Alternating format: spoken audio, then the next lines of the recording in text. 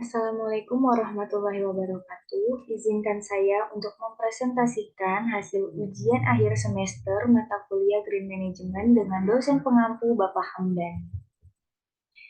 Dengan saya sendiri yaitu Eva Khairunisa dengan NIM 43120010146. Baik, di sini pertama saya akan menjelaskan apa itu Green Human Research. Green Human Research Management atau yang sering disingkat dengan GHRM adalah pendekatan inovatif terhadap kinerja dan fungsi SDM dalam suatu organisasi, yang dimana konteks lingkungan merupakan dasar dari semua inisiatif yang dilakukan. Green Human Research Management dinyatakan sebagai keterlibatan semua kegiatan dalam pengembangan, implementasi, dan pemeliharaan sistem yang berkelanjutan yang dimana bertujuan untuk membuat karyawan organisasi menjadi ramah lingkungan. Menurut Iasamis 2011, terdapat 4 alasan mengapa organisasi harus mengadopsi praktek manajemen lingkungan. Yang pertama yaitu etis, karena tugas organisasi untuk memelihara keseimbangan lingkungan. Yang kedua ada ekonomi, yaitu untuk menghemat sumber daya dan energi yang berarti menghemat biaya. Yang ketiga ada legal, yaitu untuk menghindari masalah dengan hukum serta pemerintahan. Dan yang keempat ada komersial, yaitu untuk sejumlah besar organisasi mempertimbangkan pengelolaan lingkungan. Beberapa penelitian terdahulu mengenai Green Human Research Management pernah dilakukan. Salah satunya yaitu Leather and Goyal 2015 melakukan penelitian mengenai pengaruh GHRM terhadap kinerja lingkungan pada perusahaan manufaktur di India. Sebanyak 150 pegawai, baik level manager maupun non-manager, menjadi responden dalam penelitian tersebut. Hasil penelitian menunjukkan bahwa GHRM berpengaruh signifikan terhadap kinerja lingkungan perusahaan manufaktur yang ada di India. GHRM mengacu kepada semua aktivitas yang terlibat dalam pengembangan, implementasi, dan pemeliharaan sistem yang berkelanjutan yang dimana bertujuan untuk membuat karyawan organisasi menjadi hijau. GHRM mengintegrasikan inisiatif dan praktek SDM ramah lingkungan untuk penggunaan sumber daya yang berkelanjutan, yang menghasilkan lebih banyak efisiensi, mengurangi jumlah pemborosan, dan meningkatkan sikap kepedulian dalam bekerja. GHRM adalah alat utama untuk implementasi pembangunan berkelanjutan. GHRM sebenarnya telah mendukung pemahaman paradigmatik dari konsep triple bottom line, yang dimana artinya GHRM ini melibatkan praktik yang selaras dengan 3 pilar berkelanjutan lingkungan, sosial, dan keseimbangan ekonomi, dan membawa manfaat bagi organisasi dalam jangka panjang. GHRM membentuk bagian dari program tanggung jawab sosial perusahaan yang lebih luas. Konsep GHRM mempromosikan kepedulian yang lebih besar di antara perusahaan, sektor swasta, ataupun sektor publik yang berupaya mengimplementasikan peran kegiatan GHRM dalam memperkuat dan mendorong kinerja lingkungan. Komitmen GHRM akan membantu mengurangi kegiatan degradasi lingkungan dan mendapatkan lingkungan untuk generasi kita sekarang dan yang akan datang. Untuk mempromosikan GHRM yang efektif dapat dilakukan suatu organisasi dengan praktek Green Recruitment and Selection, Green Training, dan Green Compensation. Pentingnya Green Human Research Management yaitu yang pertama untuk meningkatkan efisiensi dan efektivitas karyawan. Dan yang kedua untuk mengurangi biaya dan keterlibatan karyawan yang lebih baik. Yang ketiga untuk meningkatkan motivasi karyawan. Yang keempat untuk memudahkan merekrut karyawan baru. Dan yang kelima untuk mengurangi perputaran tenaga kerja dan ketidakhadiran. Dan yang terakhir untuk sistem manajemen kesehatan dan keselamatan yang lebih baik dalam berorganisasi. Adapun fungsi Green Human Research Management yaitu yang pertama, Green Recruitment and Selection, yang kedua Green Training, yang ketiga Green Compensation, yang keempat Green Performance Appraisal, dan yang kelima Green Reward and Compensation. Yang pertama yaitu Green Recruitment and Selection, yang dimana Green Recruitment and Selection memastikan bahwa rekrutmen baru memahami budaya organisasi hijau dan berbagi nilai-nilai lingkungannya melalui seleksi pengetahuan, nilai, dan kepercayaan terhadap lingkungan calon karyawannya. Pesan rekrutmen harus mencakup kriteria lingkungan. Dan yang kedua yaitu Green Training, yaitu untuk bertanggung jawab dalam menciptakan budaya untuk menumbuhkan praktek organisasi hijau. Hal ini sesuai dengan temuan Sarkis et al. 2010 yang menjelaskan bahwa karyawan dapat mendorong praktek kinerja lingkungan melalui green training yang relevan. Yang ketiga yaitu green compensation. Green compensation dapat digunakan untuk mendorong beberapa kreativitas dan inovasi hijau dengan meminta karyawan untuk berbagi ide-ide hijau inovatif yang berkaitan dengan pekerjaan individu mereka. Yang keempat yaitu Green Performance Appraisal, yaitu penilaian kinerja yang efektif memberikan umpan balik yang bermanfaat untuk karyawan yang dapat mendukung peningkatan berkelanjutan dalam pencapaian lingkungan perusahaan.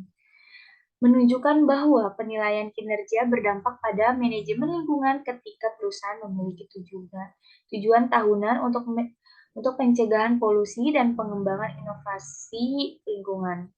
Dan yang terakhir yaitu Green Reward and Compensation, yang dimana organisasi dapat menggunakan praktek manajemen hadiah hijau melalui menghubungkan partisipasi dalam inisiatif hijau dengan mempromosikan atau peningkatan karir dengan memberikan insentif untuk mendorong praktek ramah lingkungan seperti daur ulang dan pengelolaan limbah. Selain itu, dapat juga digunakan untuk mendorong beberapa kreativitas dan inovasi hijau dengan meminta karyawan untuk berbagi ide-ide hijau inovatif yang berkaitan dengan pekerjaan individu mereka. Lalu selanjutnya yaitu materi yang kedua yaitu ecopreneurship. Apa sih ecopreneurship? Entrepreneur atau kewirausahaan adalah individu yang memahami peluang bisnis baru dan mengambil resiko yang diperlukan untuk mengubah ide-ide menjadi kenyataan. Dalam prosesnya, wirausahawan mengubah status quo yang ada menjadi peluang masa depan dan mengubah ide menjadi realitas komersial. Wirausahawan berusaha untuk mewujudkan perubahan dan peluang baru, baik untuk diri mereka sendiri dan untuk komunitas yang lebih luas. Mereka sering menjadi agen kreatif disruption, yaitu mengubah cara lama dalam melakukan sesuatu atau diambil alih ketika individu tersebut melakukan perubahan dalam sistem bisnis.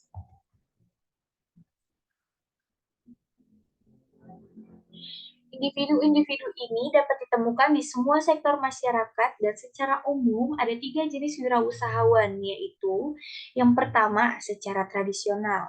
Konsep kewirausahaan erat kaitannya dengan manajemen usaha kecil, yang dimana wirausahawan dianggap sebagai individu yang memulai bisnis kecilnya sendiri, yang mungkin akhirnya tumbuh menjadi jauh lebih besar dan lebih sukses. Dan yang kedua yaitu ada wirausahawan juga dapat ditemukan di dalam perusahaan besar, yang dimana mereka membantu membuat divisi dan produk bisnis baru dan membawa perubahan pada operasi internal. Orang-orang ini dikenal sebagai corporate entrepreneurs atau intrapreneurs. Dan yang terakhir yaitu ada juga banyak social entrepreneur, yaitu orang-orang yang bekerja di dalam organisasi nirlaba dan berusaha berinovasi untuk menyelesaikan masalah sosial. Ada sustainability and entrepreneurship. Green entrepreneurship tidak hanya penting karena menyediakan peluang baru bagi para pionir yang secara ulet mengidentifikasi dan memanfaatkan peluang, tetapi juga karena memiliki potensi untuk menjadi kekuatan utama secara keseluruhan dalam transisi ke paradigma bisnis yang lebih berkelanjutan. Dengan menunjukkan manfaat ekonomi sebagai dampak dari implementasi aspek sustainability, Ecopreneur bertindak sebagai faktor penarik atau pull faktor yang menarik perusahaan lain untuk secara proaktif menjalankan sustainability. Berbeda dengan faktor pendorong atas push faktor. Kalau faktor pendorong ini berupa peraturan pemerintah, pemangku kepentingan, atau tekanan dari lembaga kemasyarakatan. Dalam hal ini, entrepreneurial learning menjadi kunci utama yang menghubungkan antara entrepreneurship dengan sustainability. Entrepreneurial learning merupakan faktor yang sangat penting dan memiliki setidaknya dua peran. Peran yang pertama adalah sebagai wadah untuk memahami co-creation, yaitu penciptaan nilai atau manfaat secara kolektif. Dan peran yang kedua adalah entrepreneurial learning sebagai sebuah platform untuk mengembangkan model bisnis baru, untuk memutuskan kebergantungan kepada model bisnis dan model produksi yang dominan secara bertahap. Dari kedua peran tersebut dapat diketahui bahwa entrepreneurial learning merupakan elemen penting untuk meningkatkan kinerja perusahaan agar lebih unggul dari pesaing dalam konteks sustainability. Persaingan dalam aspek ekonomi semata tidak mampu memberikan solusi terhadap dampak negatif dari aspek sosial dan lingkungan yang sedang dihadapi oleh banyak perusahaan. Maka dengan entrepreneurial learning, perusahaan dapat mengantisipasi dan mengeksplorasi peluang baru untuk menciptakan value dalam konteks sustainability. Definisi ecopreneurship sendiri dapat ditinjau dari beberapa pendekatan, yaitu yang pertama, ecopreneurship didasarkan pada implementasi inovasi di bidang lingkungan. Ecopreneur sadar akan dampak terhadap lingkungan dari operasi bisnisnya dan mengembangkan inovasi untuk mengurangi dampak tersebut. Dan pendekatan yang kedua yaitu ecopreneurship sebagai alat strategis, yang dimana penerapan kebijakan berkelanjutan memiliki dua manfaat, yaitu meningkatkan prospek keuntungan dan pelestarian lingkungan. Dan pendekatan yang ketiga yaitu ecopreneurship adalah alat untuk mengubah masyarakat. Ecopreneur memainkan peran penting dalam evolusi dan pengembangan institusi.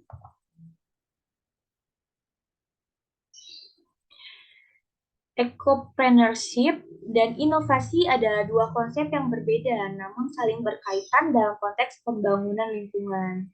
Eco-innovation merupakan elemen penting karena meningkatkan nilai bagi produsen dan konsumen, serta mengurangi dampak negatif terhadap lingkungan. Dalam konteks global di mana perubahan meningkat dan inovasi mengganggu tatanan bisnis yang ada. Sumber keunggulan kompetitif harus diciptakan dan diferensiasi strategi harus dikembangkan melalui eco-innovation. Inovasi lingkungan dapat terjadi di tiga area bisnis, yaitu yang pertama inovasi proses. Inovasi ini berkaitan dengan produksi barang dan jasa, yang dimana tujuannya biasanya untuk meningkatkan ekoefisiensi. Dalam kebanyakan kasus ini, perbaikan didasarkan pada penggunaan yang lebih ramah lingkungan teknologi produksi. Dan yang kedua yaitu inovasi organisasi. Inovasi ini berhubungan dengan restrukturisasi dalam perusahaan. Inovasi ini juga terutama menyangkut karyawan dan organisasi mereka tugas pekerjaan.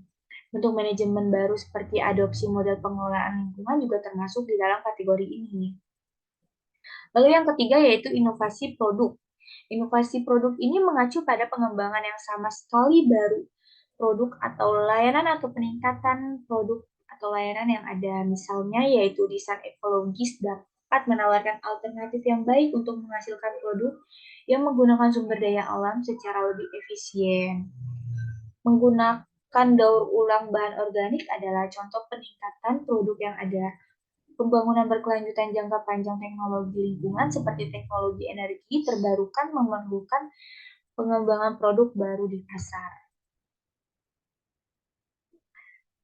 Lalu yaitu transisi ekologis. Transisi sebuah bisnis ke arah ekologis diwujudkan ke dalam pengelolaan perusahaan dan proses produksi. Dalam hal ini, terdapat 3 istilah yang kemudian menjadi elemen penting dalam transisi ekologis sebuah bisnis.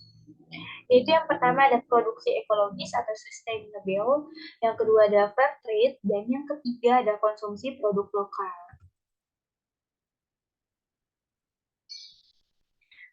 Yang pertama yaitu fair trade.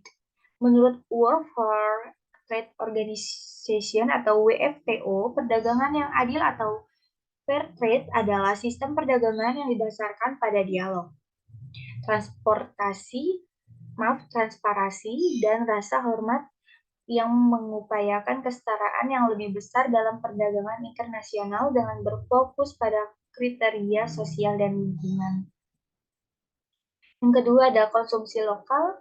Konsumsi lokal adalah bagian dari ekosistem yang dimana preferensinya adalah untuk produk dan jasa lokal sebagai bagian dari sistem sosial yang mempromosikan kelestarian lingkungan dan pola hidup sehat. Lalu yang ketiga ada produk organisasi, yang dimana kriteria yang digunakan untuk menentukan apakah suatu produk organik meliputi rotasi tanaman secara berkala sehingga sumber daya di lokasi tertentu tidak habis dan digunakan secara efisien. Pembatasan pestisida, pupuk, antibiotik, atau produk kimia apapun. Larangan transgenik dan organisme yang dimodifikasi secara generik, promosi spesies lokal karena kapasitas mereka untuk beradaptasi dengan kondisi lokal, dan pemberian pakan organik dan pemeliharaan ternak secara bebas. Selanjutnya yaitu materi yang akan saya jelaskan yaitu green tourism. Etika dalam pariwisata. Pertimbangan etis dalam pariwisata adalah berpotensi menyebabkan kritik, sekaligus sangat penting untuk memahaminya. Pariwisata adalah industri besar yang di dalamnya terdapat banyak pemangku kepentingan yang berbeda, keragaman situasi yang luas, dan mencakup banyak praktik dan tujuan yang heterogen. Dari sudut pandang, ancaman terbesar dalam pengembangan industri pariwisata adalah terganggunya sebuah ekosistem yang mengakibatkan beragam jenis kerusakan di suatu destinasi pariwisata. Etika dan ekoturis. Ekoturis merupakan jenis pariwisata yang menonjol isu-isu etika yang fokus pada aspek lingkungan. Dalam ekoturis, kelestarian lingkungan juga merupakan faktor utama untuk menunjang keseluruhan kehidupan yang ada di sekitarnya, termasuk manusia. Posisi etika dalam ekoturis adalah nilai-nilai yang dianut dan diformulasikan oleh penduduk lokal atau komunitas penghuni sebuah destinasi pariwisata dalam menjaga keterhubungan dengan alam. Definisi pariwisata melibatkan aktivitas sementara dan sukarela dari wisatawan untuk mengunjungi tempat yang jauh dari rumah dengan motivasi berdasarkan keinginan untuk bersantai, pelarian, dan kebutuhan yang dirasakan untuk istirahat dari kegiatan dari kehidupan sehari-hari.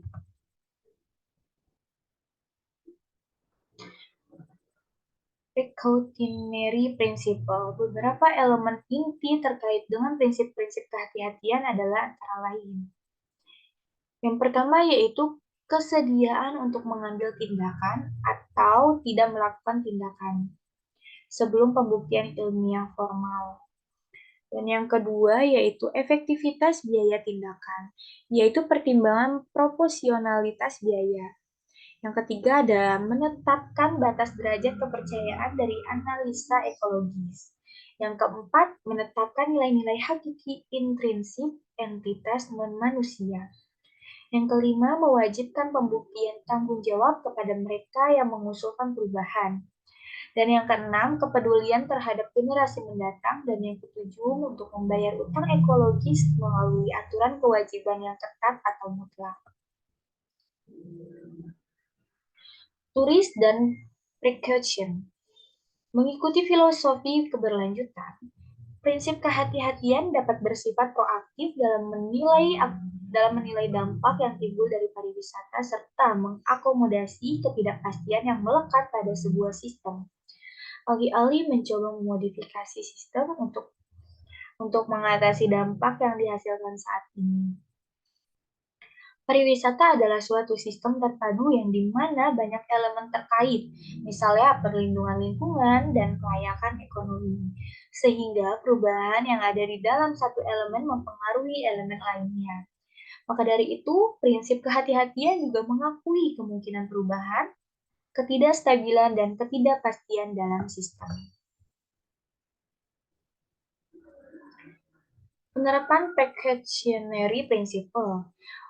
Usulan langkah-langkah untuk melibatkan prinsip kehati-hatian bagi industri pariwisata yang lebih baik dalam pengambilan keputusan yaitu meliputi yang pertama, mendefinisikan kewajiban umum untuk mengambil tindakan pencegahan. Dan yang kedua, tetapkan tujuan atau visi yang agresif untuk pencapaian keberhasilan. Yang ketiga, mengambil tanggung jawab untuk menjamin keamanan produk dan sistem. Dan yang keempat, buat kriteria untuk pengambilan keputusan di bawah ketidakpastian. Yang kelima, gunakan alat untuk menerapkan pendekatan pencegahan dan kehati-hatian. Dan yang keenam yaitu menetapkan mekanisme denda. Yang ketujuh, mengemban tugas untuk memantau, memahami, menyelidiki, menginformasikan, dan bertindak. Dan yang terakhir yaitu menerapkan pengambilan keputusan korporat yang partisipatif. Baik, dari ketiga materi yang sudah saya jelaskan, kesimpulannya yaitu kesimpulan yang ada di Green Human Resource, yaitu Green Human Resource Management atau yang sering disingkat dengan GHRM, merupakan pendekatan inovatif terhadap kinerja dan fungsi SDM dalam suatu organisasi dan dinyatakan sebagai keterlibatan semua kegiatan dalam pengembangan, implementasi, dan pemeliharaan sistem yang berkelanjutan yang bertujuan membuat karyawan organisasi ini menjadi ramah lingkungan. Nah, kesimpulan dari ecopreneurship yaitu ecopreneurship atau wirausahawan merupakan individu yang memahami peluang bisnis baru dan mengambil resiko yang diperlukan untuk mengubah ide-ide menjadi kenyataan. Wirausahawan juga dapat mengubah wirausahawan juga dapat mengubah status quo yang ada menjadi peluang masa depan dan mengubah ide menjadi realitas komersial. Yaitu kesimpulan dari Green Tourist, yaitu etika dalam pariwisata sangat sulit untuk didefinisikan. Pertama, etika itu kompleks. Mereka hanya mewakili satu dari banyak kemungkinan cara dalam menentukan nilai. Dan yang kedua, industri pariwisata juga bersifat kompleks, yang dimana hubungan antara etika dan pariwisata sangat kompleks. Bilang etika pariwisata juga rumit karena setiap situasi yang berbeda akan sering mengandung banyak sekali masalah etika yang berbeda dan saling bertentangan. Sekian presentasi dari ujian akhir semester dari saya. Kurang lebihnya mohon maaf. Wassalamualaikum warahmatullahi wabarakatuh.